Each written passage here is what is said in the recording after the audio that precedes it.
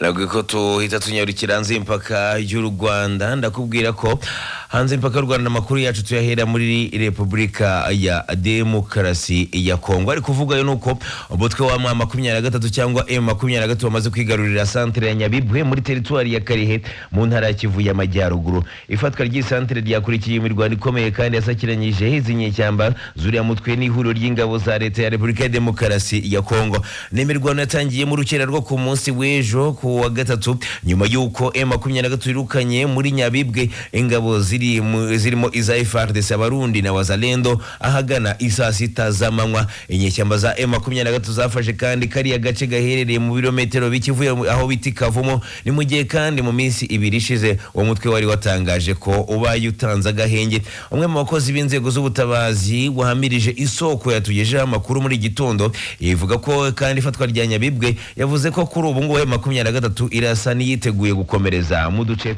twa Karehe naho bita Ivusi. Nyabibwe M23 igaruriye iherereye mu kilometero 20 uvuye mu mujyi wa Bukavu. Uyu mutwe kandi wigaruriye kari agace mu societe civile yo muri Karehe kwa kabiri yatanze impuruza yuko uriya mutwe ukomeje kongera ingabo mu duce twa Murambi naho bita Kabugizi duturanye nako. Nyabibwe kandi yongereye mu tundi duce twa muri Kivu y'Amajyepfo M23 iri kugenzura kuva mu kwezi gushize turimo Kalungu, Rumbishi, Numbi, Chambondo, Chebuba, Shaje, Zilaro naho bita Inova. Naho imirambo y'abasirikare ba Afrika y'Epfo yapfiriye mu mirwano n'umutwe wa M23 ikomeje kuborera igoma cyane ko bivugwa ko hari ikiri hirya no hino ndetse ko itashyizwe mu buruhukiro bw'ibitaro. Iyo mirambo kandi harimo n'abasirikare bapfuye barwana n'umutwe wa M23 mu rugamba rwayo rwo gufata Goma ndetse rurimo kandi abandi basirikare bapfiriye mu mirwano mu gace ka Sake. Umunyapolitiki utavuga rumwe n'ubutegetsi bwa Afrika y'Epfo Julius Malema yatangaje ko hari umusirikare uri Goma watanze amakuru yuko bagenzi be bapfuye imibiri yabo yatangiye kubora.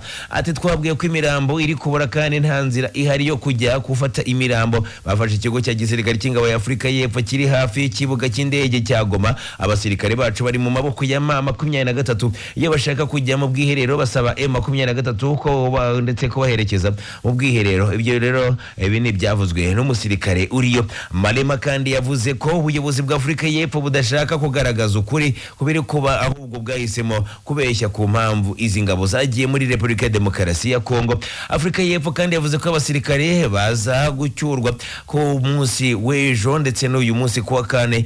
Gusa ngo ikibazo gikomeje kwibazwa ngo n'uburyo biza gukorwamo. Inzira zo mu kirere zirafunzwe, inzira zo mu mazi zirafunzwe. Igishoboka ngo nuko iyo mirambo yanyuzwa mu Rwanda. Bibaho kandi Afrika y'Epfo yari yemerewe n'u Rwanda inzira yo ndetse yo imibiri ikanyuzwa mu Rwanda, gusa Afrika y'Epfo yahise ibyanga. Turacyari kwavuga kuri Repubulika ya Demokarasi ya Kongo. Iri huriro rya Alliance Fleuve Congo ribarizwa mu mutwe wa M23 ryashyizeho abayobozi bashya abayobora ibice by'intara Kivu y'Amajyaruguru harimo n'umujyi wa Goma. Bikubiye mu itangazo umuvugizi w'uyu mutwe wa Alliance Fleuve Congo ibarizwa mu M23 mu bya politike Lawrence Kanyuka yashyize kuri X yahoze ari Twitter ku munsi w'ejo. Iri tangazo rigaragaza ko Bahati Musanga Joseph yagizwe guverineri wa Kivu y'Amajyaruguru. Bahati ndetse azungezwe no bitamanzi Ngarambe Wiri wagizwe vice guverineri wa Kivu y'Amajyaruguru ushinzwe ibijyanye na politike, ubuyobozi n'amategeko. Ni mu gihe Amani Bahati Shadrack yagizwe vice guverineri wa Kivu y'Amajyaruguru ushinzwe ubukungu, imari n'iterambere. Mu rukerera rwo kitariki 27 nibwo M23 yemeje gufatwa ko yafashe umujyi wa Goma ufatwa nk'umurwa mukuru wa Kivu y'Amajyaruguru. Ibyo kandi bijyanye no gufata ibice by'ingenzi bigize umujyi w'ishami ndetse uyu mujyi ishami rya radio na televiziyo bya Repubulika ya Demokarasi ya Kongo RTNC, ikibuga cy'indege cya Goma n'ibindi bice by'ingenzi. M23 kandi yari yamaze gufata indi mijyi nka Centre ya Minova yo muri territoire ya Karehe muri Repubulika ya Demokarasi ya Kongo, umujyi wa Sake n'ibindi bice byo muri iyi ntara. Bahati agizwe guverineri ya Kivu y'Amajyaruguru nyuma y'urupfu rwa General Major Peter Chirimwami yayoboraga iyi ntara. General Major yishwe kandi arasiwe na M23 mu gace kitwa Kasengezi, aho uyu mugabo wamenyekanye mu guhuza imitwe ya Wazalendo na FDL n'igisirikare cya Repubulika ya Demokarasi ya Kongo yari yaje ku rugamba kureba niba uko ingabo ziri kwitwara ku guhangana n'umutwe wa M23. Nyuma y'urupfu rwa General Major Chirimwami kandi kandi perezida wa Repubulika ya Demokarasi ya Kongo Tshisekedi yamusimbuje Major General Evariste Somo Kakule. Ishyirwaho rya Major General Kakule kandi ryabanjirije n'iteka rya perezida wa Repubulika ya Demokarasi ya Kongo rimuzamura mu ntera ava mu ipeti rya Brigadier General agirwa Major General ryatangajwe ku mugoroba w'itariki 28 ukwezi gushize. Uretse abayobozi b'intara Kivu y'Amajyaruguru 23 kandi yashyize mu myanya n'abandi bayobozi harimo meya w'umujyi wa Goma ndetse n'abayobozi ba za territoire zitandukanye z'iyi ntara. Naho perezida wa Malawi Lazarus Chakwera yategetse ubuyobozi bw'ingabo bwo bwatangira gutegura uburyo bwo gucyura abasirikare b'iki gihugu cya Malawi bari mu ntambara mu burasirazuba bwa Repubulika ya Demokarasi ya Kongo. Ingabo za Malawi zari mu butumwa bw'ingabo z'umuryango w'ubukungu by'ibihugu byo muri Afurika y'Amajyepfo SAMIDRC. Ubutumwa kandi bukaba bwari buherutse kongererwa igihe mu mpera z'umwaka ushize. Itangazo rivuga ko ari icyemezo cyafashwe mu rwego rwo gushyigikira ibihe by'agahenge hagati y'impande zombi. Leta Perezida Chakwera yategetse ubuyobozi bw'ingabo za Malawi bazita MDF gutangira imyiteguro yo gucyura ingabo za Malawi mu rwego rwo gushyigikira itangazwa ry'agahenge hagati y'impande zihanganye ndetse no kwitegura ibiganiro biganisha ku mahoro. M23 kandi heruka gutangaza ko yashyize mu bihe by'agahenge mu rwego rwo kwita ku bakeneye ubufasha. Icyakora ibintu byagiye bihindura isura mu gitondo cyo ku munsi w'ejo nyuma y'uko uyu mutwe ugabweho ibitero n'ingabo za leta ya Kongo n'abafatanyije bigatuma wirwanaho. Malawi kandi yari iherutse gupfusha abasirikare 3 mu butumwa bwa SAMIDRC. Imirwano yatangiye M23 yigaruriye n'umujyi wa Goma. Tugiye mu Burundi, turacyari muri Afurika y'Uburasirazuba. Umunyabanga mukuru w'ishyaka SNDD-FDD Reverien yakomeje kwivuriza mu bitaro by'i Dubai yimuriwemo nyuma yo kuva muri bimwe mu bitaro byo mu murwa mukuru wa Kenya i Nairobi Aga Khan Hospital. Nyuma y'amakuru agera ku isoko ya Cirara mu Burundi ari kuvuga ko Reverien yimuriwe i Dubai amerewe nabi cyane. Amwe rero mu bamwegereye yagize ati ntabwo yashoboraga kumenya umuntu n'umwe kandi yarimo guhumeka bitewe n'ibikoresho bimuha umwuka.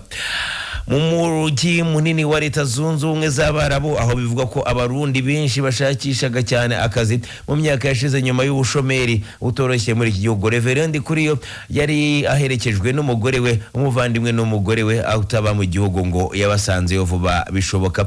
Arimo kandi gukira buhoro buhoro. Icyakora ibihaha bye byagizweho ingaruka zikomeye nk'uko umwe mu bagize umuryango we ari kubihamya muri iki gitondo. Kugeza ubu ntacyo ishyaka SNDD-FDD riri ku butegetsi mu Burundi riratangaza cyangwa rigira icyo bitangaza kuri ibintu. Vuhanga perezida w'u Burundi Varisto Ndayishimiye yavuze ko muri make ameze neza.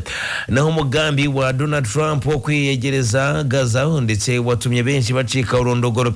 Mu kiganiro cyo kujyana n'abanyamakuru ari kumwe na Minisitiri w'Intebe wa Israel Benjamin Netanyahu, perezida wa Leta Zunze Ubumwe za Amerika Donald Trump yatangaje ko Amerika yakwiyegereza Gaza cyangwa ikanayiyegurira igatangira kwivugura. Avuga ko kanashaka kuhindura ahantu hateye imbere aho yise Riviera of the Middle East.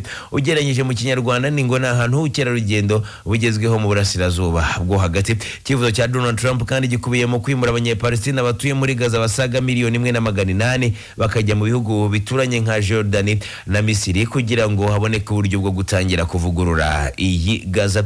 Nabwira kandi ibihugu byinshi bikomeye ku isi birimo Brazil, Arabia Saudite, Ubwongereza, Ubudage, Ubufaransa, Espagne, Misiri, Uburusiya, Ubushinwa, Turkiya ndetse n'ibiro by'umuryango w'abibumbye bishinzwe uburenganzira bwa muntu UN Human Rights Officer byamaganye uyu mugambi wa Donald Trump. Bivuga ko kandi ibitekerezo nk'ibi binyuranye n'amategeko mpuzamahanga kandi ko bishobora gufatwa nko gukura abaturage ku butaka bwabo hashingiye ku moko. Aba kandi bamaganye iki cyifuzo kivuze ko kwimura abaturage muri Gaza byaba ari uguhonyora uburenganzira bwabo bwo gukomeza gutura ku butaka bwabo kandi ngo bitanga igisubizo cy'ikibazo nyirizina byatumye habaho amakimbirane muri aka gace mu burasirazuba bwo hagati. Icyo gisubizo kihari ubwo Trump kandi yatangaza iki cyifuzo cye, abaturage bo muri Gaza bavuze ko badashobora kwemera gukurwa ku butaka bwabo. Naho umuherwe Bill Gates yateguje ko hagiye kuba iki cyorezo gishya kizibasira isi mu myaka 25 iri imbere. Uyu ni umuherwe Bill Gates yongeye kuvuga ko ibijyanye n'icyorezo kibasira isi n'ikiremwa muntu. Avuga ko mu myaka 25 iri imbere isi ishobora kuzibasirwa n'icyorezo gikomeye kurusha ibindi byigeze bibaho. Yabigarutse mu kiganiro The View cyo kuri televiziyo ABC News ubwo yavugaga kuri ndetse ku gitabo cye gisasohoye yise Source Code My Beginning kivuga ku buzima bwe. Bill Gates kandi yavuze ko ntabwo ari icyorezo ari cyo cyanyuma ubutaha kandi ashobora kubaho igikomeye kurushaho. Yakomeje avuga kandi abantu bakwiye kwitegura kurushaho kandi ntibigande ko ndetse ko byagenze nkuko byagenze muri 2020 kubwo COVID-19 yateraga. Bill Gates kandi yakomeje agaragaza ko mu gihe icyorezo gishobora kwibasira isi kandi gishobora kuba kimwe mu myaka 25 iri imbere kandi bitewe nuko virusi ziriho ubu ziteye amahirwe ngo 10% icyorezo cyaba mu myaka 4 iri imbere. Mu gusoza kandi umuherwe washinze ikigo cya Microsoft yavuze ko yizeye ko abantu noneho bazashyira hamwe bagafatanya kwirinda icyo cyorezo ntibigende uko byagenze mu gihe cya